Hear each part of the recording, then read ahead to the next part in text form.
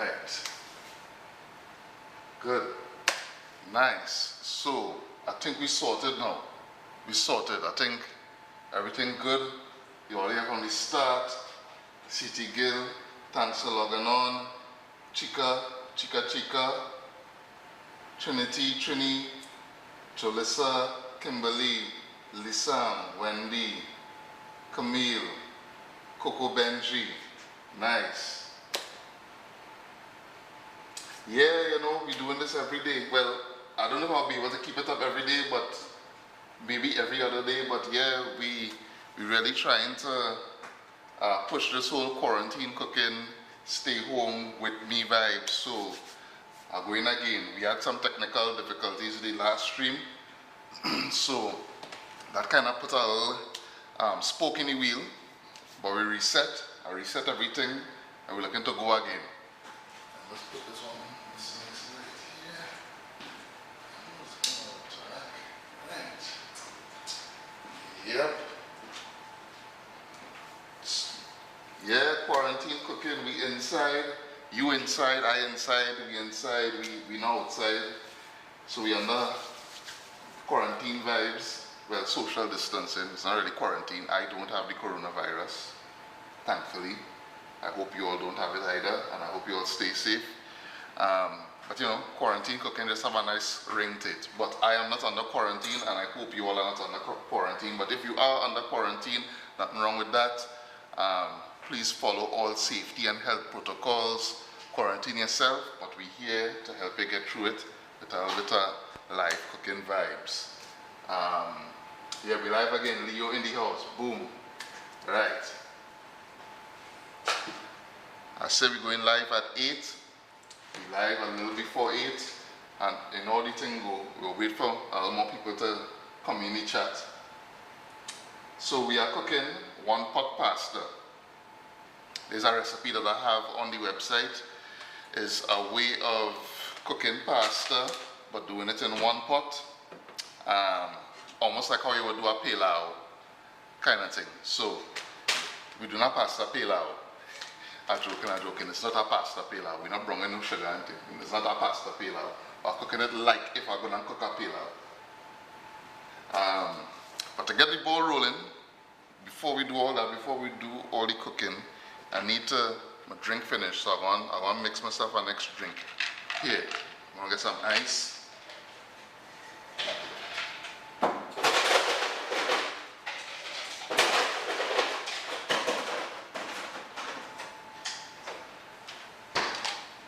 So in the last video, I did a passion fruit sauce to go with some bread pudding.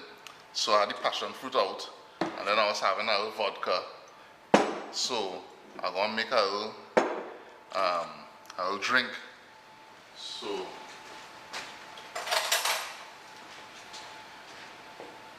I'm gonna put a little passion fruit in this glass here, a little passion fruit.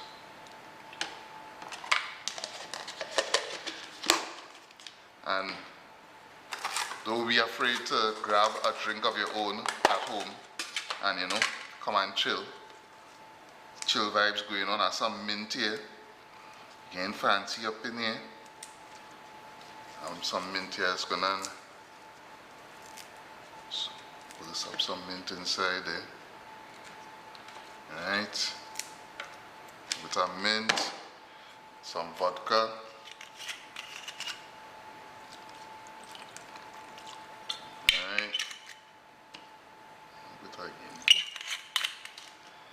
Some tonic water.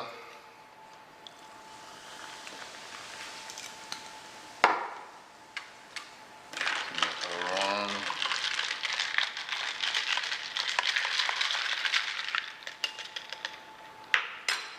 And you know, this will make it look good for the camera. Boom. Let's add a little something on top there. We're gonna remove. Let's see how that looking. Refreshing vibes there. What's happening there? Nice little something to get the ball rolling. Yeah? Nice.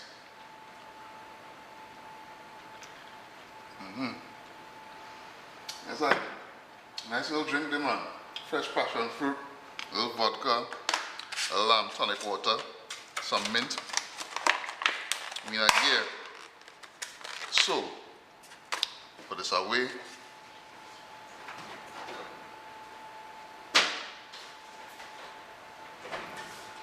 One pot pasta. Let me get into it.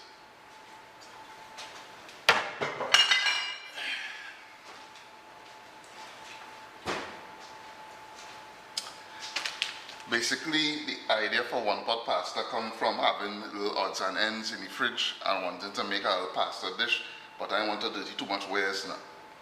So, is this a way of cooking pasta, getting everything together in one pot? Quick and easy, it's an easy, quick dish, easy dish. And obviously we're going to need chat before we get into it. Yeah, Julissa, get your drink. Lover of my soul, thanks for logging in. Alright, let me get this thing going. Cheers.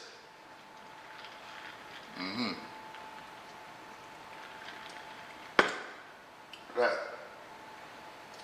Belmont in the kitchen, boom bang, that's what we say. Simi, thanks for logging on.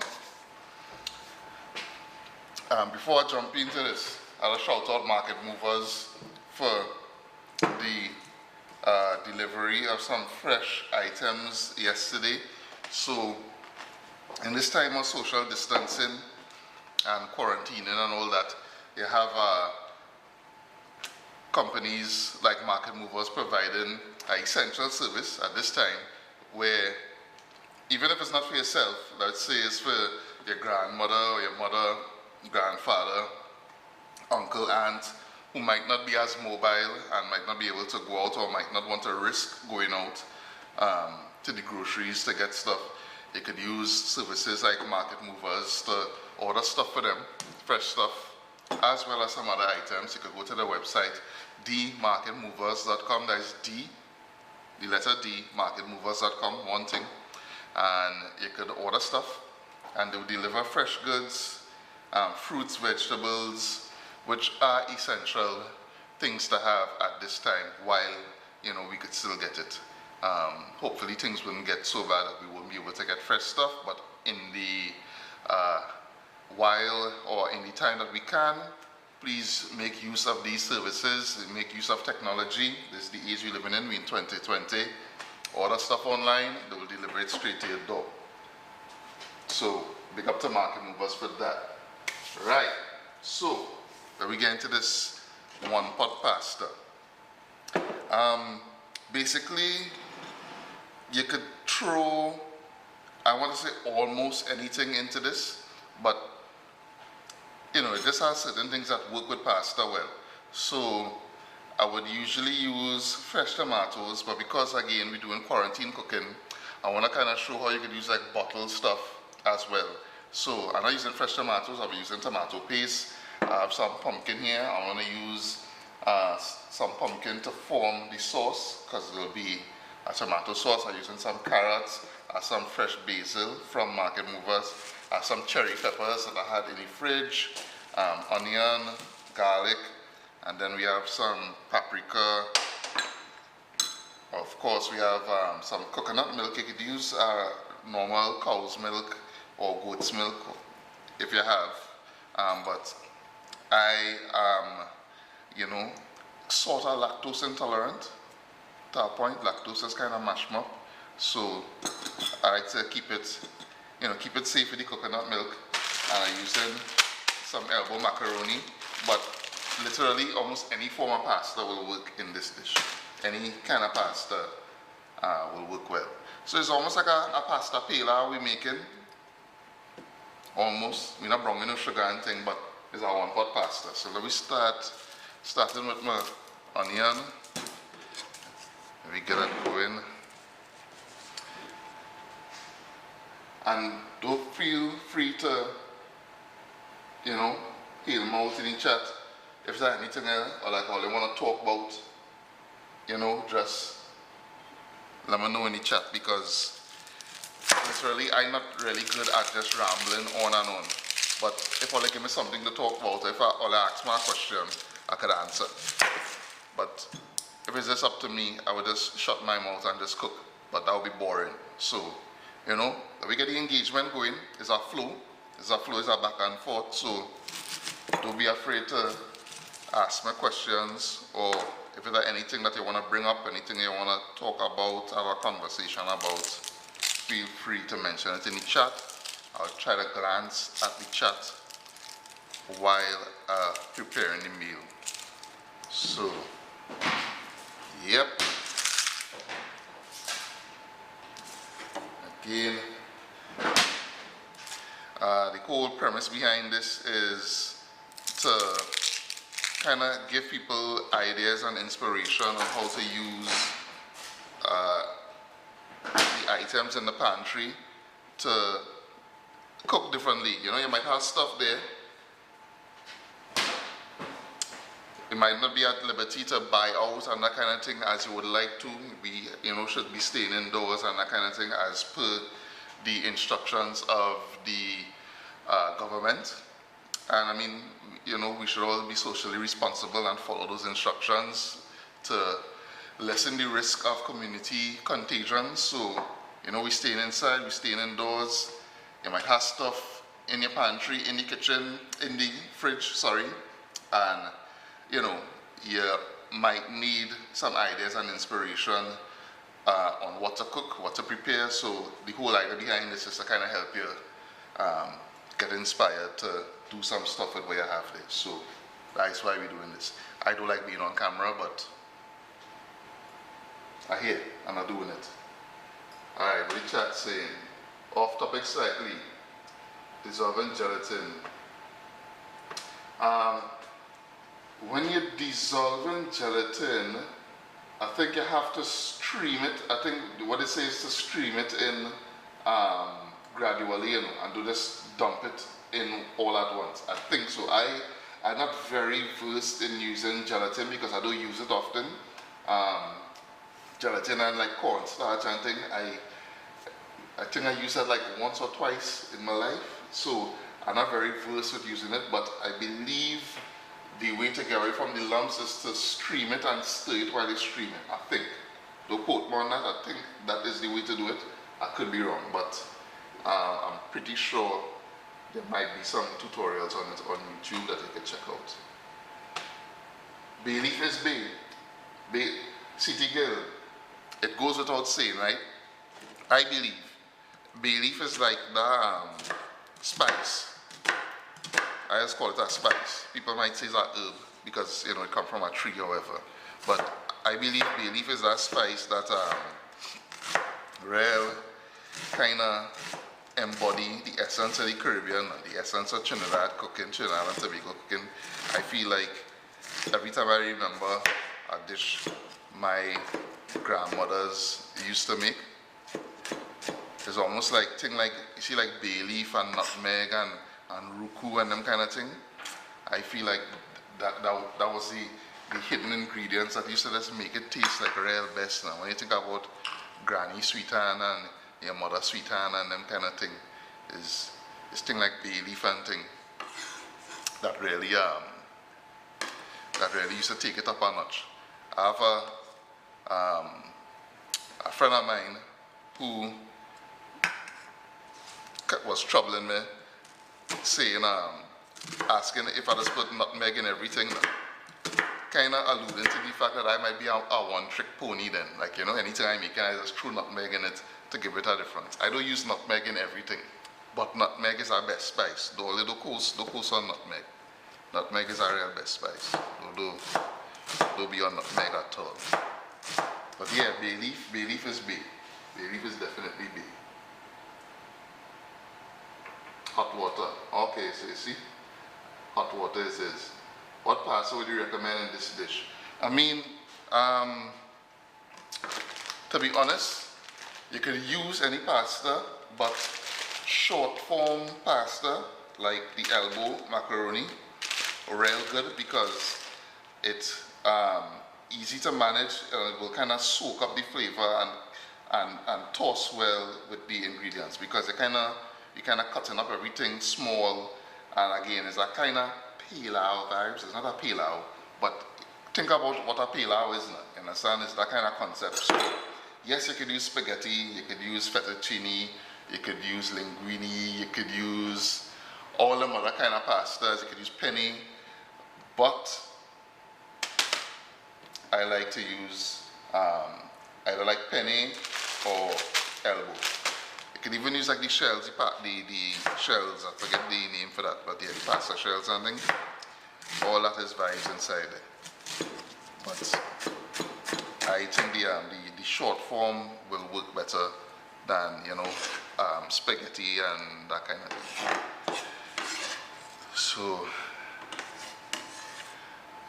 yep. And these are real simple things to make sure. Like, it don't take much. A bit of onion, a bit of garlic, some tomatoes, you have carrot, some pumpkin. You could use pimentos, hot pepper. What does work real good in this I find too is zucchini. But I don't have any zucchini, and it's not something that, you know, readily available unless I could go in the market and that kind of vibe. So we missing the zucchini. Even baigan, eggplant, does work real nice in this as well. Eggplant is a good addition. Alright. And again, I just want to mention, shout out to Market Movers for delivering these fresh items like the pumpkin and the carrots and the fresh basil and things, because going to the market right now is a bit of a challenge for many. So you could utilize services like Market Movers to get your fresh goods. So check them out, themarketmovers.com. You order online and they will deliver directly to your doorstep.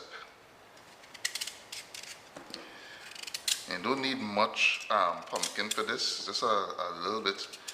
I kind of going for, it'll probably be like 3/4 cup to a cup of cubed pumpkin when I'm done with this. So about this size pumpkin. It's kind of to help give it a nice thick creamy sauce, because it's supposed to be like a real kind of creamy dish. And what I do in a vegetarian version, but you could easily add bacon, you could add sausage and thing, you could add, you know, you could add meat and thing to this if you wanted to. You don't have to do a vegetarian version. Right.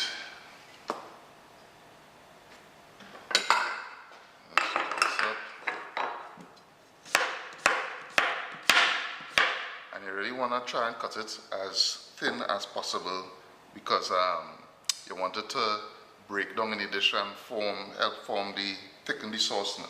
So you don't want to really cut chunks of pumpkin. You want it to be as thin as possible,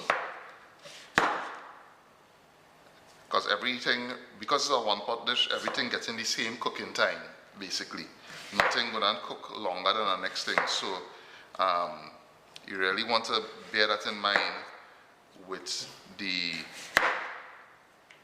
ingredients that you're putting in, how much cooking that they need to break down. So pumpkin is that thing, if you really wanted to break down in a dish, you cut it smaller so that the heat will cook through it much quicker, rather than leaving it in big chunks now. So that's a good tip when making this. You cut the pumpkin thin,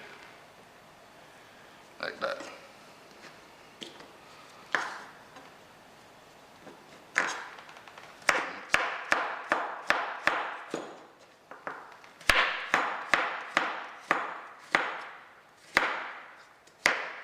And just a slightly off-topic thing here is the sharpness of your knife. You know, always make sure that you're using a sharp knife. People just feel like a sharp knife more dangerous than a dull knife. That is not true. In the kitchen, a dull knife actually more dangerous than a sharp knife, because a dull knife could easily slip if you're not using the knife properly and that kind of thing, and cause accidents. You just need to practice proper technique when you're using your knife, and you'll be safe. A dull knife could actually be a hazard. So keep your knives sharp. By me, when I was growing up, we were always used to take knives to open. We didn't have like a can opener. No. I don't know, people, can opener is a thing that we never had in our house. So the knife was the can opener, which I know is dangerous. Every single knife had like a dent in it or something, or was like real dull, because we would use any knife to open cans. It's only now, you know, later on as an adult, I really have an appreciation for taking care of knives. But back in the day, any knife you could put your hand on, once you have something, a tin to open, right, that is it. Now, if you take one of my knives to open a can, peas or something, I go get real mad. Real mad. Because I was trying to keep my knives sharp now.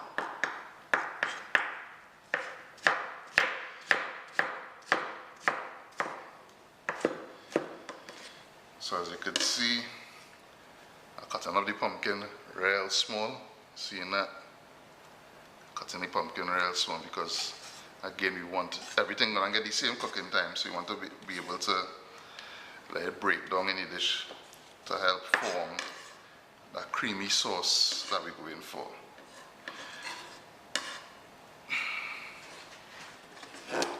Right.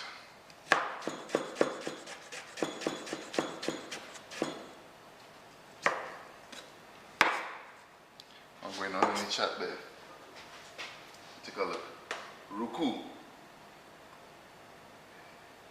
Alright, so ruku is a natto extract. It comes from the achiote, is the fruit, and it was actually used by the indigenous peoples of Trinidad, or it wasn't just Trinidad, but in the Caribbean, it was used by the indigenous peoples. Yes, in cooking, but also as a dye, because as you know, actually I'll show you, I have some here. Ruku has this orangish color, so you can actually use it as a dye. It will stain things, so they used to use it to dye things, but it is a good ingredient to use in food, definitely in stews, almost any kind of stew you could think about. If you're stewing fish, if you're stewing beef, if you're stewing chicken, if you're stewing pork, ruku, real nice in there. If you're doing mincemeat for pastel, ruku real nice in that. If you're doing a soup, ruku real nice. Pilau, ruku. Like it have real different uses.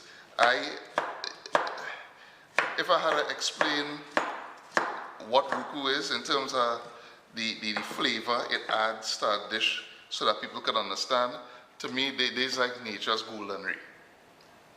So instead of using goldenry, which I don't endorse at all, I can't tell you last time I even own a thing of goldenry. I don't use it at all. Instead, use some ruku.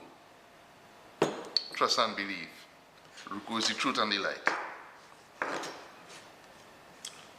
And you could get it, well, in the market. It's not something you would find in the supermarkets, but definitely in the market, Central Market for sure.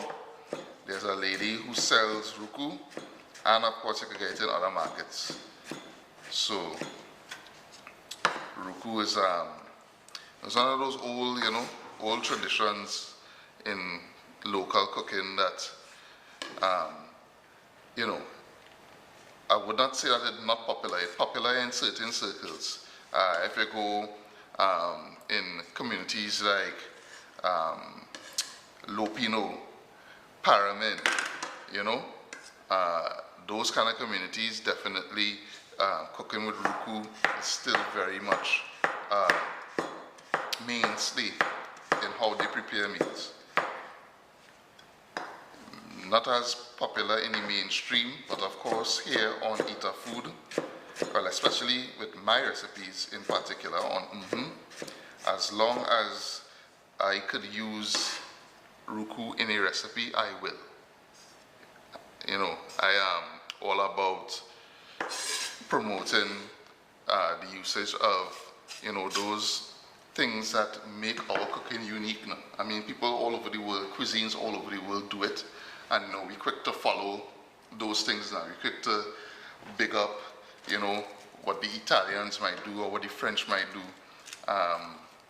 But, you know, we would tend to neglect the things that make our stuff unique. Ruku, bay leaf, nutmeg, them kind of thing, you know.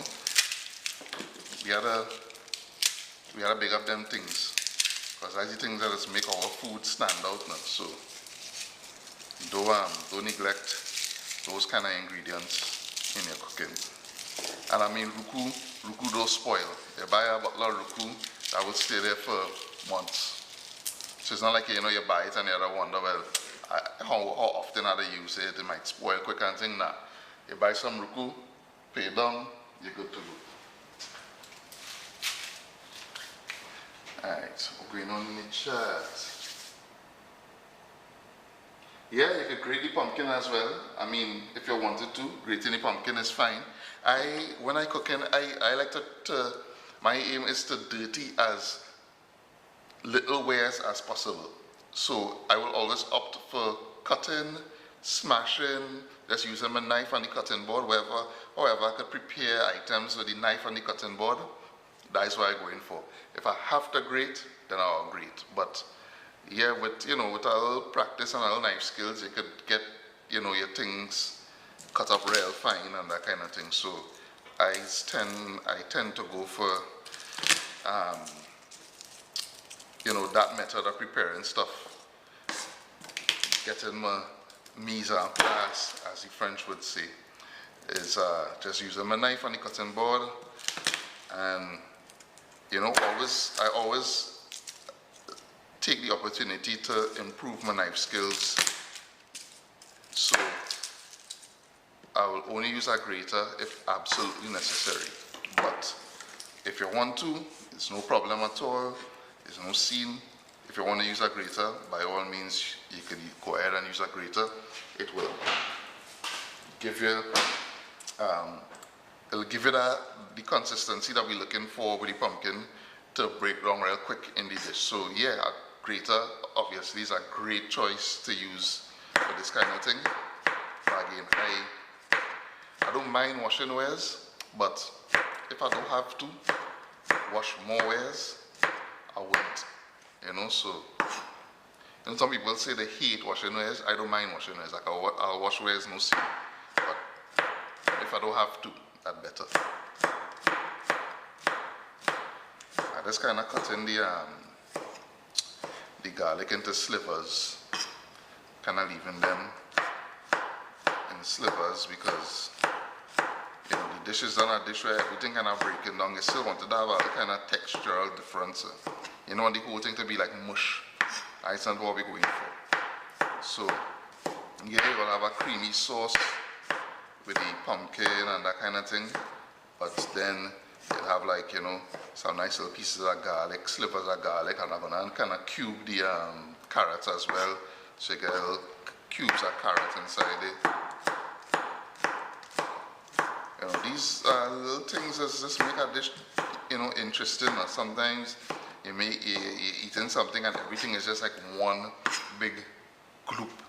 It's like, you know, a big thing, just one big thing. Nah, you know. You want to treat things different, you know. You could cut up the onions fine, because the onions going to kind of melt into the dish. The pumpkin going to melt into the dish. You know, the onions, the garlic, sorry, could be in a little sliver, so you get a nice little bite of garlic. And I really like garlic. I don't know about all you, but garlic is one of my favorite ingredients. So I don't mind, you know, getting a little piece of garlic while I eating. That is no scene for me. Alright, I have these cherry peppers. Now, cherry peppers not exceedingly hot, but I have some heat. I didn't want this dish to be too hot, so I'm just using 2. But cherry peppers, you could use that if you have it. Of course, if you don't want no heat, you could use pimento. If you have sweet peppers, you could put sweet peppers in here as well. I would if I had sweet peppers, I'd probably leave them in kind of like bigger chunks. As I tell you, you know, I would probably go for a more, use that to get more texture, so you get almost like a kind of chunky veg vibe from the sweet peppers. Yeah, that's how I would use sweet peppers in this. So then, this a rough chop. Taking out no seeds or nothing. We need these seeds and everything, so yeah, this particular thing will have a heat in it. I'll sip of this drink. I find I'm neglecting this drink. Nice. Alright. I'm definitely not going to use all this carrot. It is a pretty big carrot, so I just use like half it. Put this half in the fridge.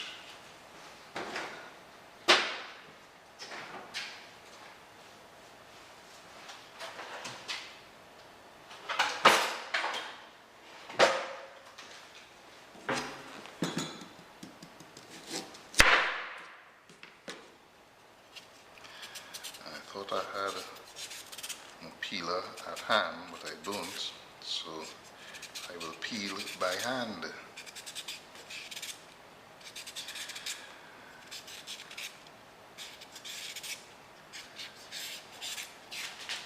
What's going on?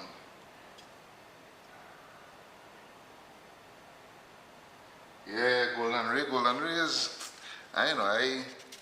some people use it. I understand. It's that real nostalgic thing, like, you know, I understand why people like it. It's something you grow up on, and it's really give food, you know, a certain type of flavor. But, you know, since I stopped using it, I do ever miss it. I don't miss it at all. I don't be like, you know, boy, this thing missing some golden ray. Nah, those words will never come out my mouth. So, I mean, I know a lot of people who still use it, and they still, you know, they like the flavor it brings to the dish, and that is okay, you know, that is fine. But not me. I don't use golden ray at all. Right. And sorry to the makers of golden ray for they're watching this and they're gonna harass us. I'm sorry.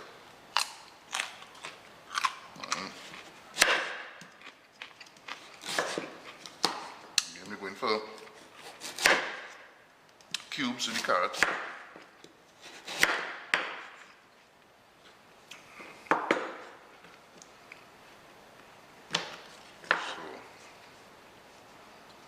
I don't want to cut it too small because again I want to, as I say, create different textures in the dish. So I want to leave the carrots kind of big.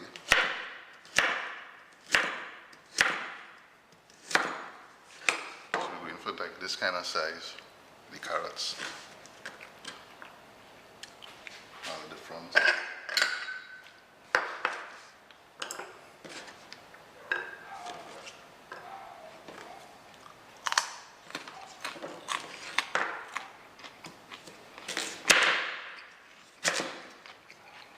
Alright.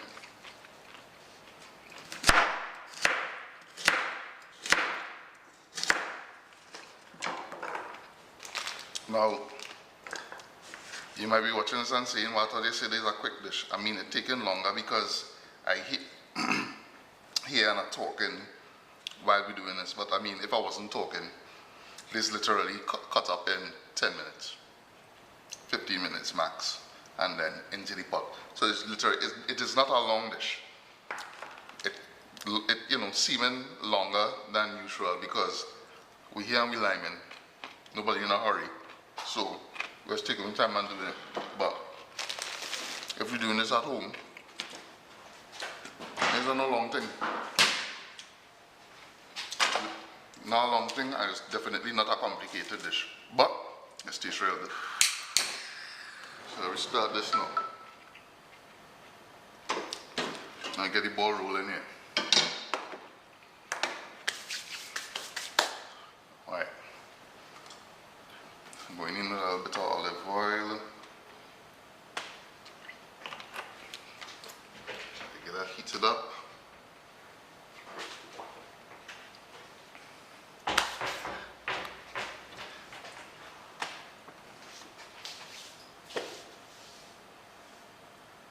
Yeah, to keep that knife sharp. You can't play. Cooking is not playing. It's fun. It's not playing. Tools have to be sharp. You know. You can't have bad tools, dull tools and things. Tools have to be sharp.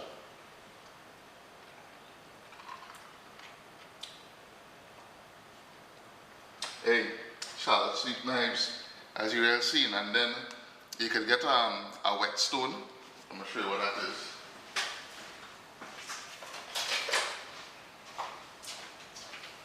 You get the whetstone, this, and you could use this to keep your knife sharp. If you're not too sure on how to use a whetstone,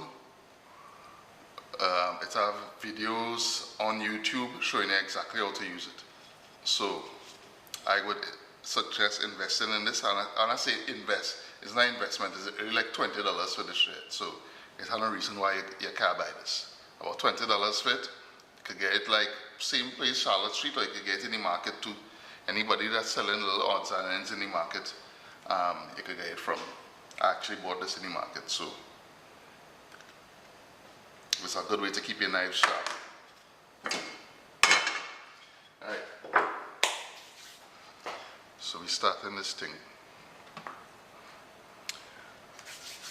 Let me adjust the camera so you can see all you want to see down inside the pot, or you prefer this view. Let me know. If all you want to see down inside the pot, I'll switch the camera position. Let me know in the comments. Down inside the pot? Alright.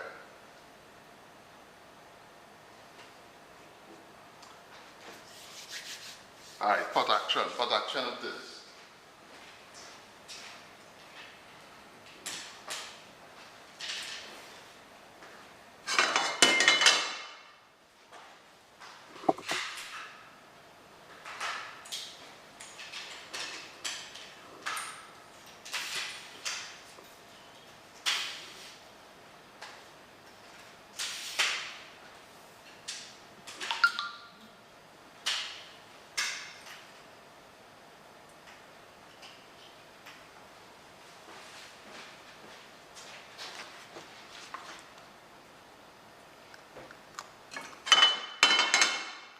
Alright. So there, getting down in the pot there.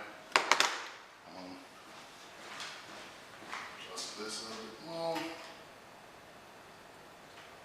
Alright. Good. So they get the action pot side. Alright, let me get the ball rolling here. So we're starting off with the onions.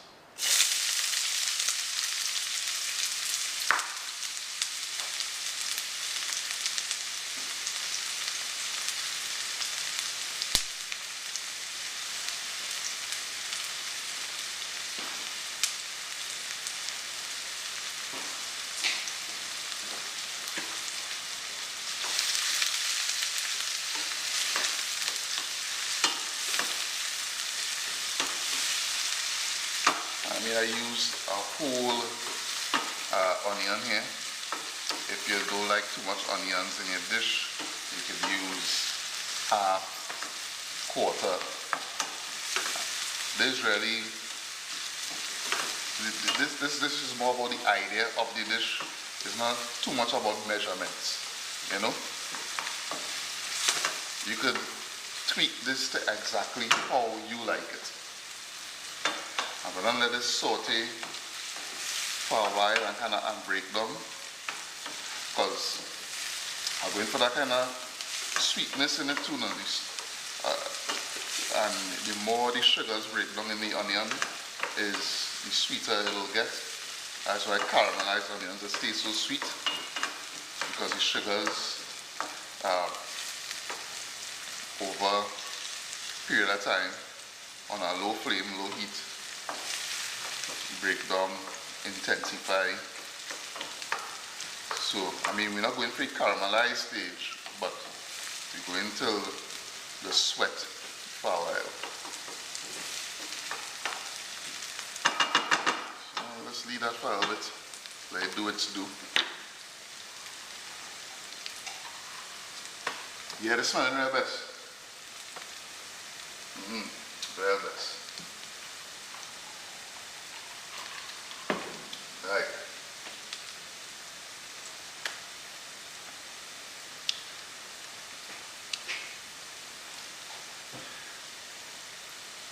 So you see,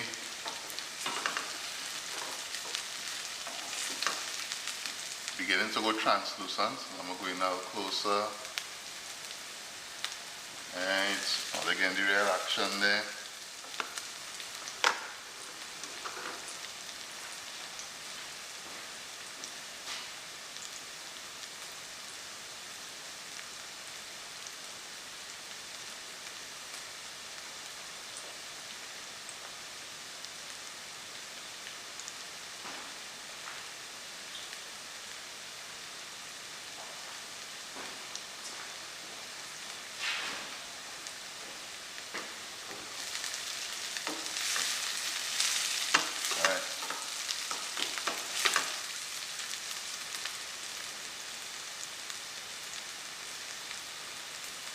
See that story, sir?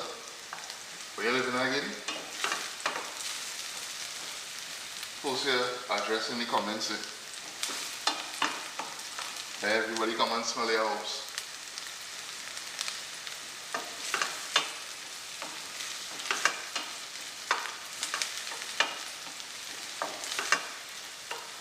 Right. I think we're good to go there with the onions. Now garlic and the pepper.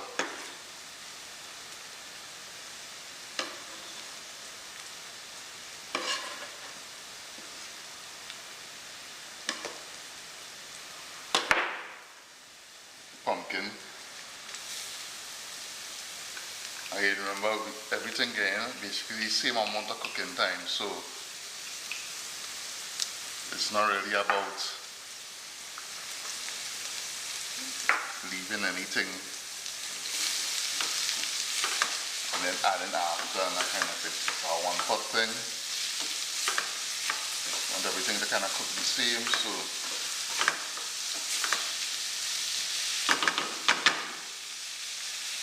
at this point I want to season some salt, black pepper,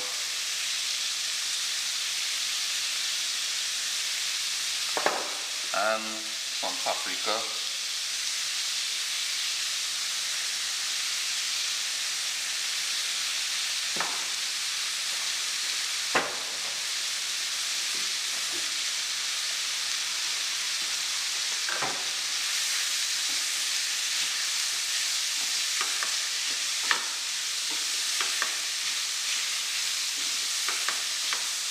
Let's cook for a while.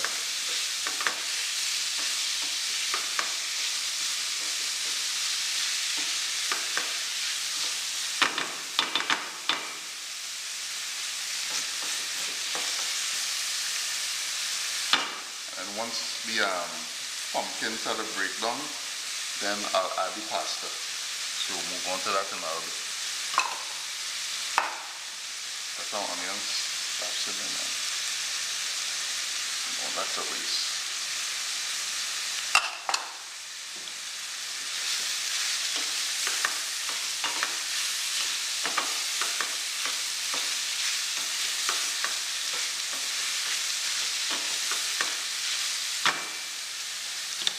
At this point I want to put some of the basil too. I'm going to put some of that fresh basil in there.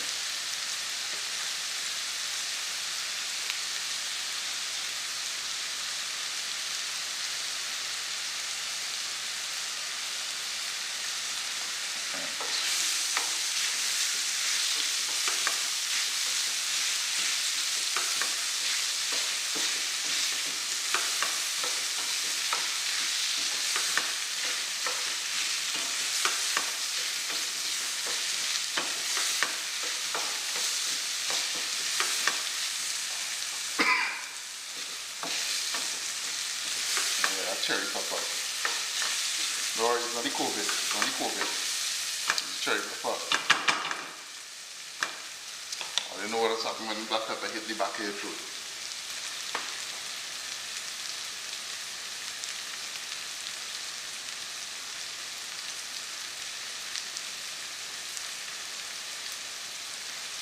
Now City Girl actually get the cherry peppers in the market itself. I bought these about 2 weeks ago in Central Market.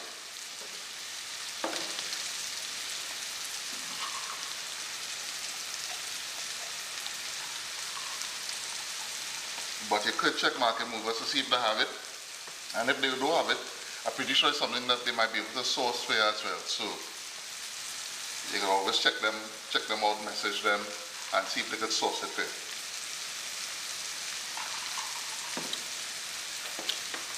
Alright.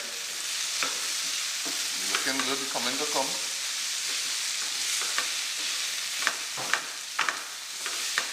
You know, fond starting to form there. Or we just call it the bun bun. The French just call it the fond, F-O-N-D. Similar caramelization, all that is good flavor. Now, this step, you might ask, what kind of madness is this, right? But trust me, this is the way to do this. You want to take the dry pasta, and add it into the pot. Don't add no liquid yet. What will happen is, the steam that escaping from these veggies right now, these aromatics, the steam that happening, which of course you know steam is liquid turning into gas. You want to, into vapor, vaporizing. You want to let that start to cook the pasta first before you add additional liquid. So what will happen is all that flavor that's happening or escaping from the steam going to penetrate the pasta, cook the pasta, and the pasta will actually take on the flavor of the veggies. And that is what's going to make it flavorful. That is the major difference between cooking your pasta and tossing it in veggies and then cooking a one-pot pasta. What will happen is you cook a pasta, you toss it in veggies, it will taste like pasta and veggies. But you take your pasta and you put it in and you toss it with this and they cook with it. The pasta itself will begin to take on the flavor of everything that they have going on inside it, and that is what you want. That is what will make this dish taste extremely flavorful. So this step is a crucial step. And because I don't want any more of the steam to escape at this point, what I will do is cover it down now. Get real quiet in here, baby. Cover it and let that whole steaming action take place. I'll lower the heat right down to the lowest and let it start to cook the pasta. There's some condensation will happen. The water particles that form on the lid will drip back down into the pasta, and all that, it will just consume in it. You understand? And that is what we're looking for. So right, we in again.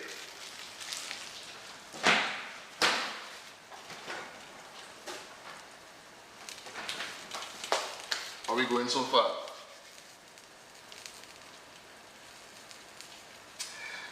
Yeah, you know, I mean, if you want, you could go with rosemary and thyme and thing, but I like to use one, maximum 2 herbs in a dish. You know, because herbs is like putting on perfume. You understand? You get ready and you're going out, you're not going to pour on 2 different kind of perfume. You understand? You go pour on 1 perfume now. So herbs is kind of like that in a dish. So adding too much is adding confusion, I find. You know, so in a dish like this where you have so much going on, you have flavor from onions, garlic, you have the flavor from the pumpkin going on, carrots. I wouldn't try to confuse the dish too much. I like when I eating something, I could taste everything. You know, it's like I can identify days were going on, days were happening thing. I don't like to cook something and it just tasting like one thing now. It just tasting like, alright, you just put seasonings. It just tasting like seasoning. I like when I eating something, I'm like, hey, I get the flavor from the carrot. Yeah, I get the flavor from the tasting the sweetness of the onion, the pumpkin, that kind of thing. That's how I like things to taste now. So I wouldn't add, for this, because it already has so much going on, I wouldn't add different kind of herbs to this. And basil actually have a real strong flavor, so basil will kind of add its own character to the dish. So that is how I would treat this. I think we're good here. Yep. Right. So you see the pasta done sort of plump up. And we know for sure, there's a real flavor going on inside. Now, I'm going to add my coconut milk. As I say, you could use regular milk if you want. I'm going to add 1 more cup of water.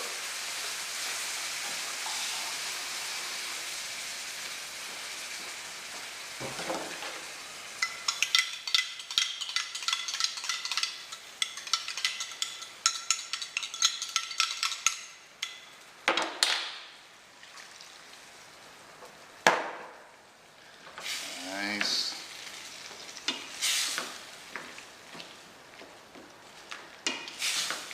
And I mean, we talk about ruku. City girl make me bring out the ruku, so you might as well put a touch of ruku. Right.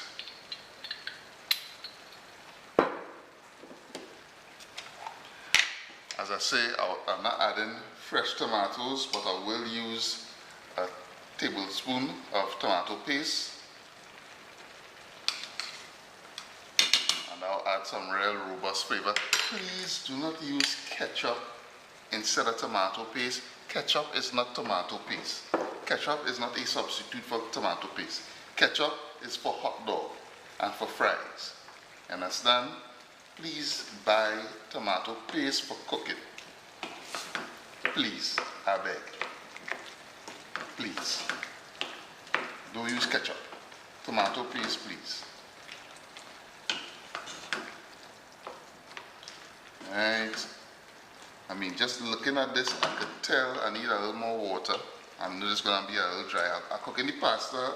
I wanted to cook al dente. I don't want it to be I don't want it to be overcooked. So I figure it might need like a half cup of water again.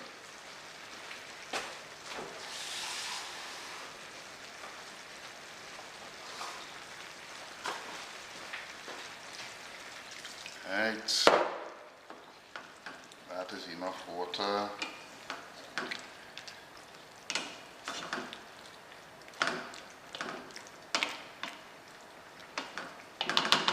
Taste for salt.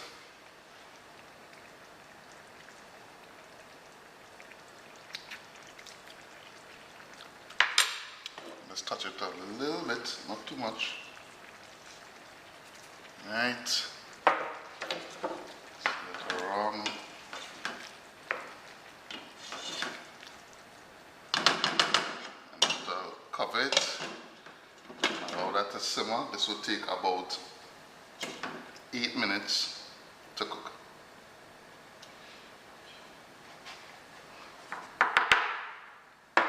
Right. Yeah, cauliflower could be best. Alright. I'm switching from the pot view because I mean I guess you wouldn't want to just watch our pot.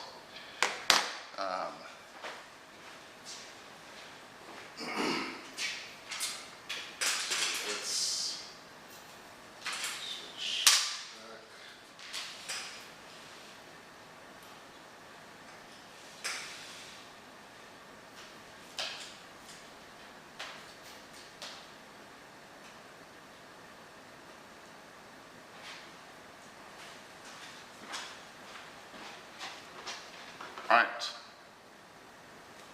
back.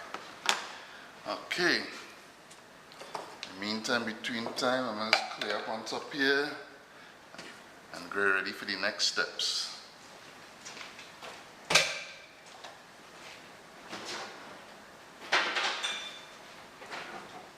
I mean, I say next steps, I could have a lot more to do with this dish, but basically, when this finish in the 8 minutes time, that is it. It will be done, but I just have two things that I like to do at the end to just finish it off.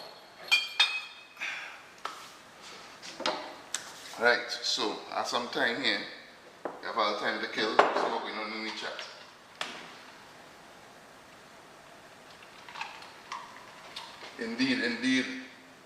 Indeed, cram titi. Tomato paste is not ketchup. Please do not cook with ketchup. If it calls for tomato paste, use tomato paste, please.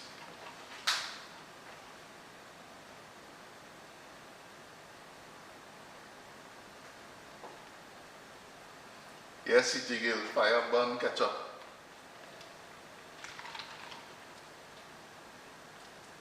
Hey Natasha, what's going on? We're making one pot pasta. Making a one pot pasta. I tell people it's like a pasta pilau.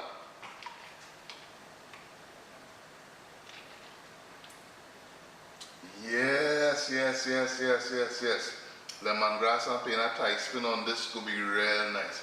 Some lemongrass, take some ginger, some star anise and thing. That could be real nice, you know. That could be real nice. Hey, how much ounces of pasta? Hold on, I'll tell you. That's not. It's on the pack. Let me see if I have another pack in the cupboard here. How much pasta was that? That was. Here we go.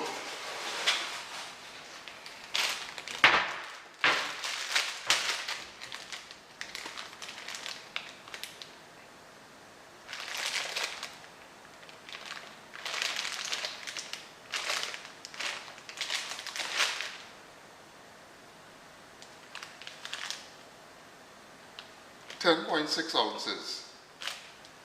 10.6, 300 grams. 300 grams of pasta.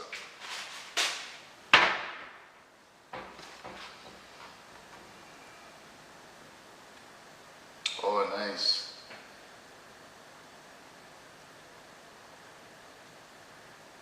Yes, Ashanti, let them know.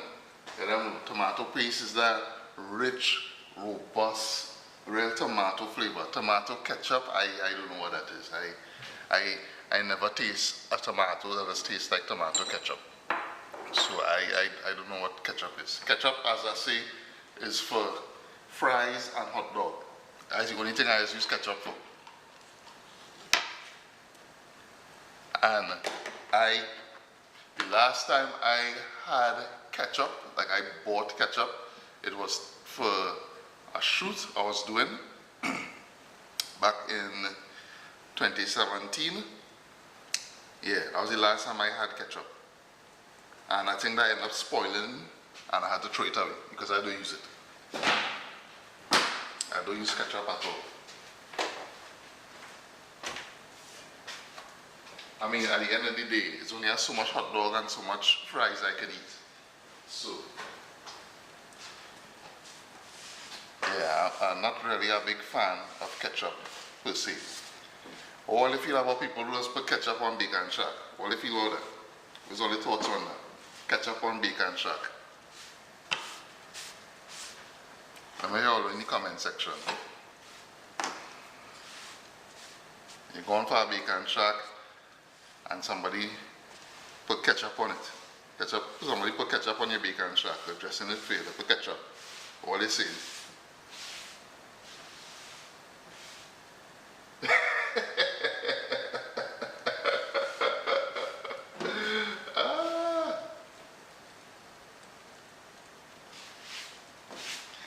Alright, so you see, thing like condiments and thing, everybody have their own preference here. Alright, let me check on this now.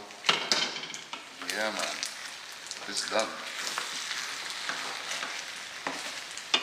Bring this up. Yeah, everybody had their own preference when it comes to the condiments, right?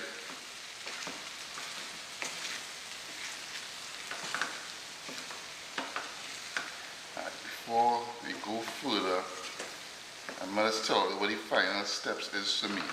So for me, now at this stage,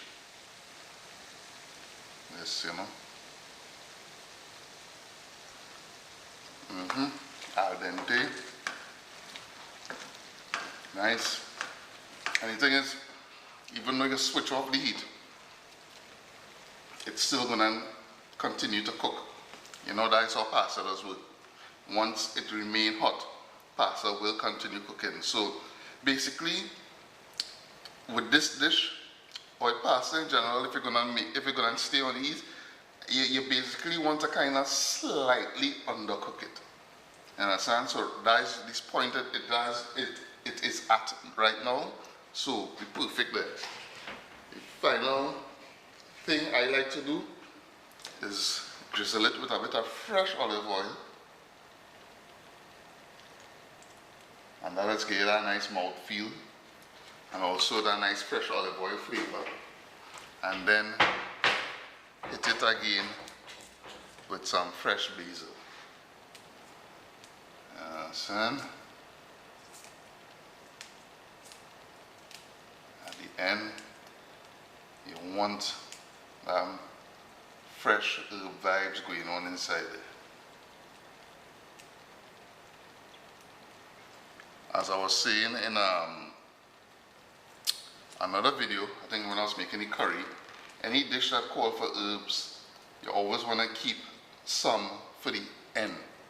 You know, when you finish cook your dish, you always want to toss some fresh herbs in at the last stage to just give the dish, you know, that boost of flavor, extra dimension of freshness, herb vibes going on inside there. Watch out there. That real nice. Nice vibes there. That is vibes. I mean again.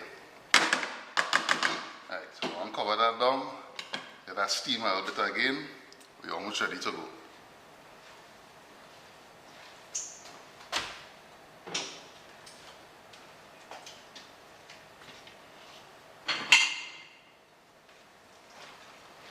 Tasting good. Tasting good. The thing is, the rare mess up thing now. After all this cooking, I'm not hungry at all yet. I'm not feeling to eat. But I'm going to try a little bit for on camera sake. Actually, while I was going with this plate, I got to grab this little bowl thing here, man. Just try a little bit on camera, so they already know how it tastes. But yeah, I am not, right now I real good. So,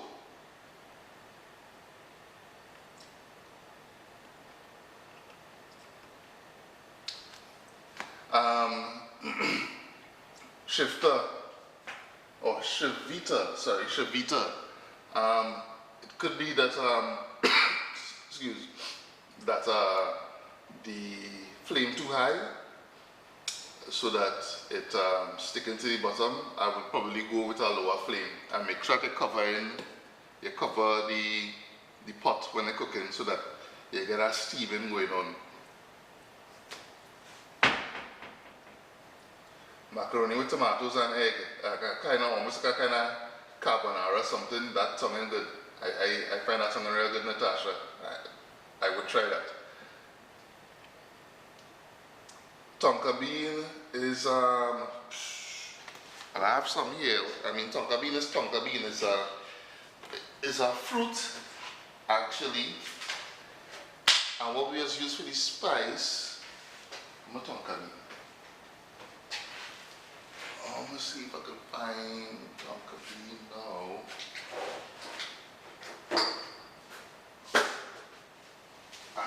Right.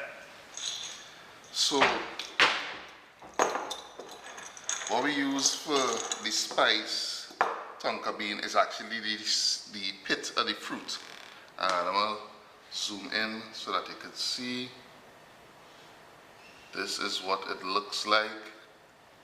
The fruit itself is a different thing. But this is from the pit of the fruit, and this is what we use. This is what you grate to get the flavor from the spice. The best way I could describe the flavor of tonka bean is it is almost tastes kind of vanilla-like. That's the closest thing I could compare it to. It tastes almost, for me, I don't know about anybody else, but to me it tastes like vanilla, almost like vanilla bean kind of vibe. But it definitely has its own flavor going on, but that's the closest thing I could compare it to.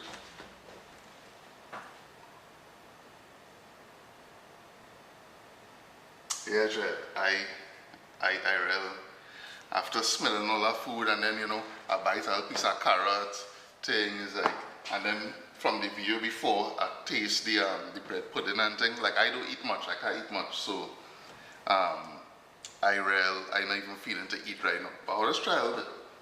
I'll try a little bit on camera. I'm gonna get a spoon.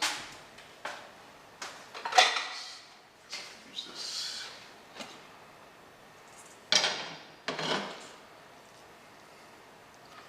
I'm gonna zoom in on this and now let's see it. So let's see in.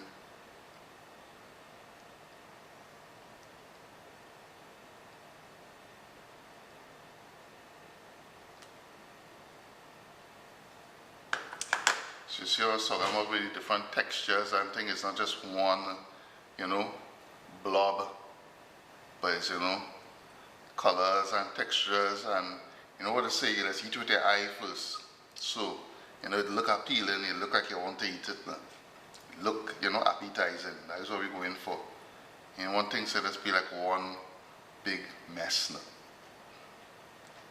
So that's why, you know, cut the carrots a little bigger. If I had, as I say, if I had sweet peppers in there, I definitely would have chunked it. Zucchini as well. If I had used zucchini, I'd use kind of probably quarter them or leave them, cut them in half. A quarter-inch thick and leave it like thick pieces now. So you know you get bite into nice chunks of vegetable and that kind of thing. So yeah, we're in a gear here. It's going to get a little taste. Hot. But flavor is on point. I can eat this any day. We are on point here.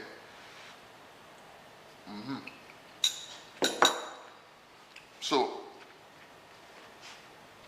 if you look in the description of the video, I already have a link to the one-pot pasta recipe.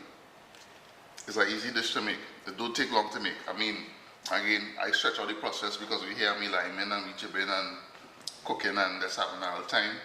But this don't take long to make at all. This is we call like a 30-minute meal. Prep time at 10 minutes, cook time at 20 minutes or so. And you're good to go. Let me see what's going on in the chat.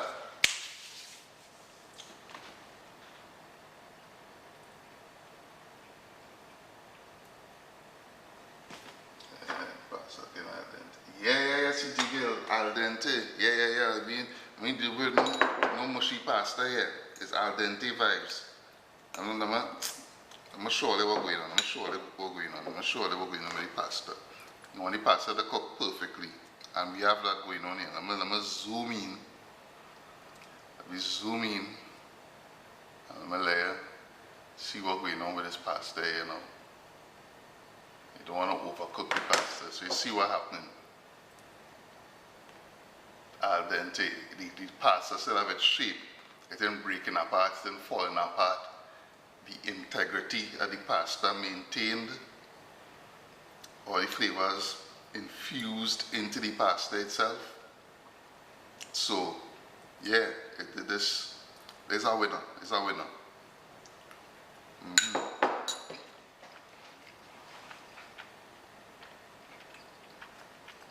Now, I ain't gonna lie. This tasting real good. And actually making me feel to eat more.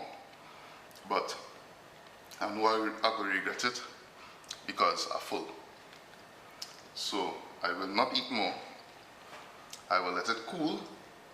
I will put it in the fridge and I will have this to eat during the week. Yes, it's a nice comfort food, and yeah, it's a good little vibe to cook. I mean, even if you want to get your children involved with this cooking this dish, you could do that as well, you know, and then help out in the kitchen. Well, that is a good vibe. Yeah, it's a maclau.